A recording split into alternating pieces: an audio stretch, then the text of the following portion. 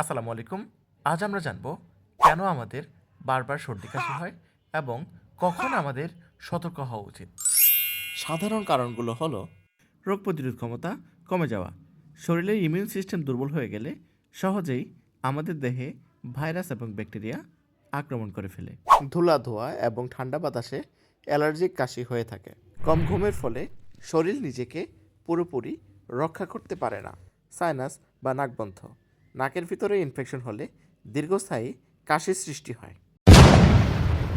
ভুল ওষুধ ব্যবহার, প্রয়োজন ছাড়া অ্যান্টিবায়োটিক ব্যবহার করলে ইমিউনিটি সিস্টেমকে দুর্বল করে দেয়, যার কারণে সর্দি কাশি বারবার ফিরে আসে।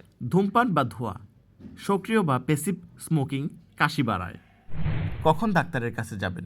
2 থেকে 3 সপ্তাহের বেশি কাশি হলে, কাশির সাথে জ্বর, শ্বাসকষ্ট, কাশির সাথে রক্ত, শিশু বা বয়স্ক হলে, রাতে কাশি বেশি হলে।